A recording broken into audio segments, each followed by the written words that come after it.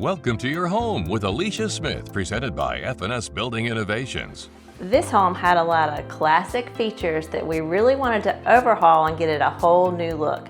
This whole first floor was completely redone, and I'm going to show you some of the things that we did here. One of the things we did here was do all new windows, so we were able to enlarge them to let in lots of natural bright light. We also, in the living room, were able to add this beautiful tongue and groove ceiling with beams. It just gives a lot of texture and made the room feel really beautiful.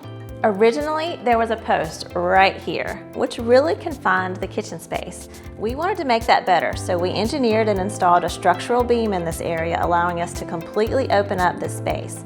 Where the original kitchen was kind of confined in the corner, we were able to extend it, add this large eat-in island, and it turned out beautifully. One of the other changes we did here was eliminate a knee wall that was around this staircase. It kind of closed in the area, so by adding these pretty open rails, totally opened up this room. This master bathroom update came together so beautifully. The walk-in shower is gorgeous. You've got a beautiful ocean stone pebble tile floor. The back is a gorgeous mosaic with lots of texture, and this solid glass piece just gives you a nice, clean, modern look.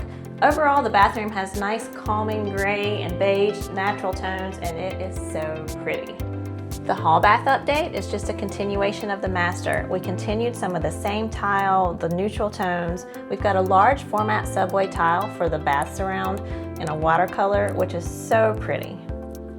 This home got a complete overhaul, even with an exterior update. New siding, new windows, new Trex decks all around. But one of my favorite spaces was converting this old sagging screen porch into this beautiful sunroom that you see here.